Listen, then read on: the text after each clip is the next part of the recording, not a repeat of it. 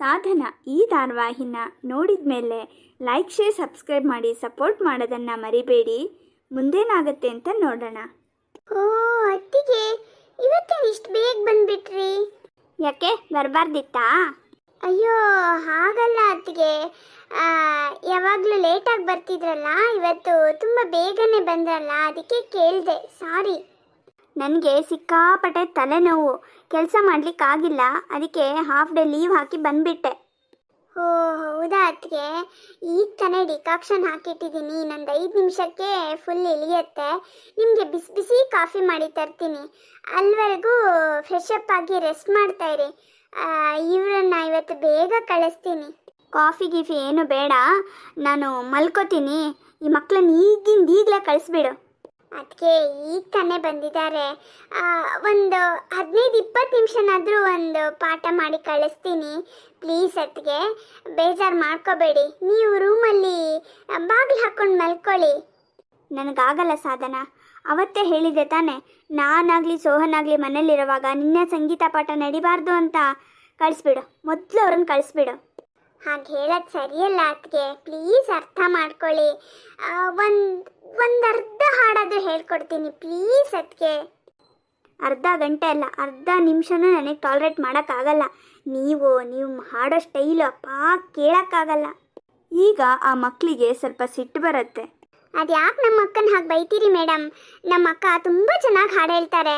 ನಾವು ಅಷ್ಟೇ, ನಾವೇನು ಕಿರಿಕಿರಿ ಆಗೋ ಹಾಗೆ ಹಾಡು ಹೇಳಲ್ಲ, ಚೆನ್ನಾಗಿ ಹೇಳ್ತೀವಿ.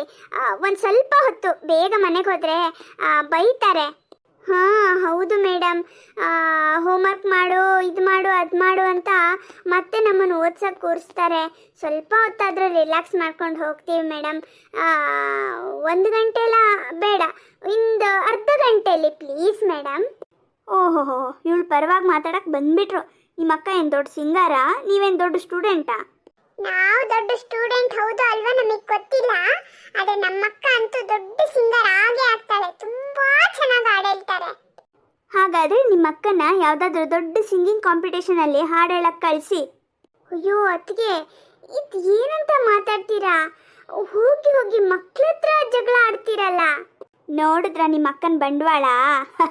ಹೆದರ್ಕೋತಿದ್ದಾಳೆ. ನಮ್ಮಕ್ಕ ಹಾಡಕ್ಕೆ ಹೆದರ್ತಾಳೆ ಅಂತಿರಲ್ಲ, ಆ ಮಾತನ್ನು ವಾಪಸ್ ತಗೊಳ್ಳಿ. ನಮ್ಮಕ್ಕ ತುಂಬ ಒಳ್ಳೆ ಸಿಂಗರ್.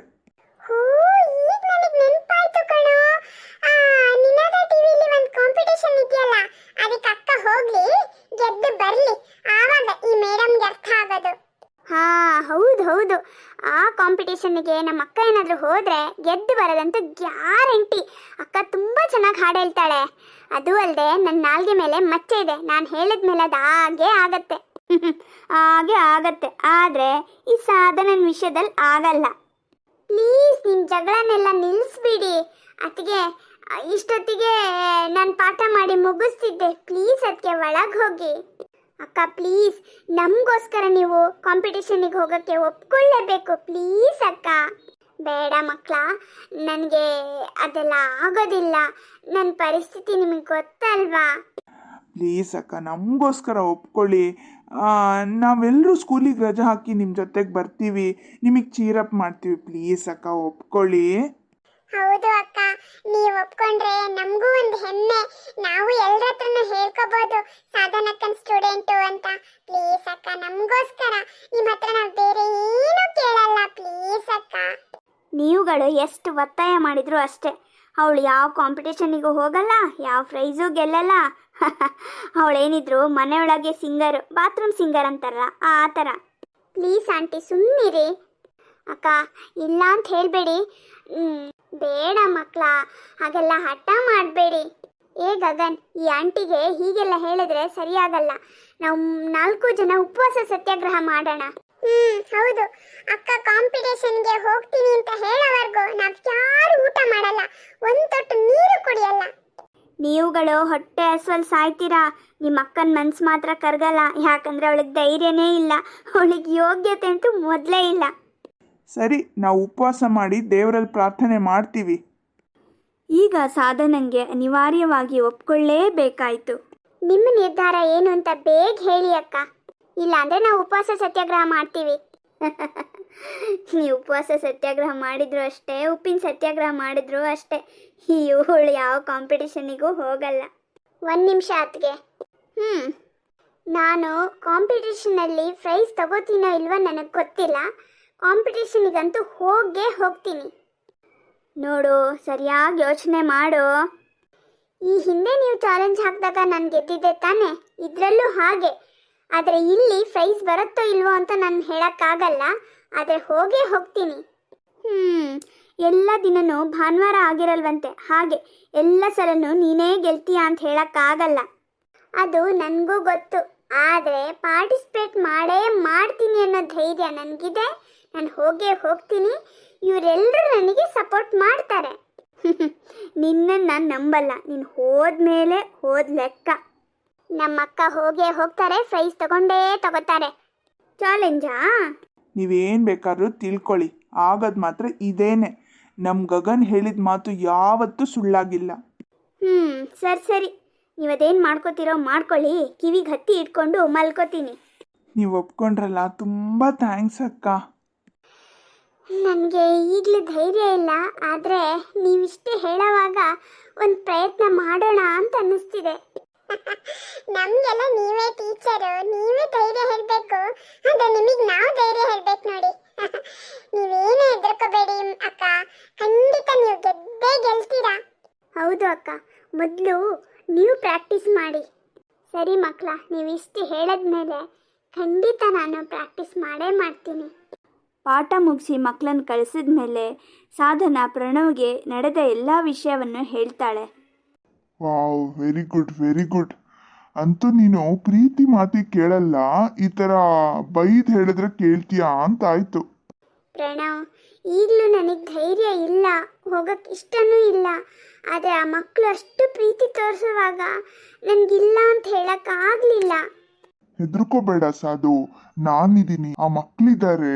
ನಮ್ಮೆಲ್ಲರ ನಿಷ್ಕಲ್ಮಶವಾದ ಪ್ರೀತಿಗೆ ಶಕ್ತಿ ಇದೆ. ಖಂಡಿತ ನೀನು ಗೆಲ್ತೀಯ. ಅಲ್ಲ, ಗೆಲುವು ಸೋಲು ಅದು ಆಮೇಲಿನ ಮಾತು. ಮೊದಲು ನೀನು ಭಾಗವಹಿಸು. ಅದು ಅಲ್ಲದೆ ಆಡಿಷನ್ ತುಂಬ ದೂರನೂ ಇಲ್ಲ, ನಿಮ್ಮನೆ ಹತ್ರದಲ್ಲೇ ಬರುತ್ತೆ. ಹೋಗೋಣ. ನಿನಗೆ ಗೊತ್ತಾಗತ್ತಲ್ಲ. ಇನ್ನೊಂದೇನು ಗೊತ್ತಾ, 4 ಕಡೆ ಹೋದರೆ 4 ಜನರನ್ನ ನೋಡಿದ್ರೆ ಅವ್ರ ಪರಿಚಯ ಆಗತ್ತೆ, ಒಬ್ರ ಕಷ್ಟ ಸುಖ ಅರ್ಥ ಆಗತ್ತೆ. ನೀನು ಇನ್ನಷ್ಟು ಬೆಳಿತೀಯ. ಒಂದು ಅನುಭವ ಅಂತ ಅನ್ಕೋ. ಸೆಲೆಕ್ಟ್ ಆದರೆ ಸರಿ, ಆಗಿಲ್ಲ ಅಂದರೆ ಒಂದು ಅನುಭವ. ನೀವು ಹೇಳೋದು ಕೇಳ್ತಿದ್ರೆ ಸ್ವಲ್ಪ ಧೈರ್ಯ ಬರ್ತಿದೆ.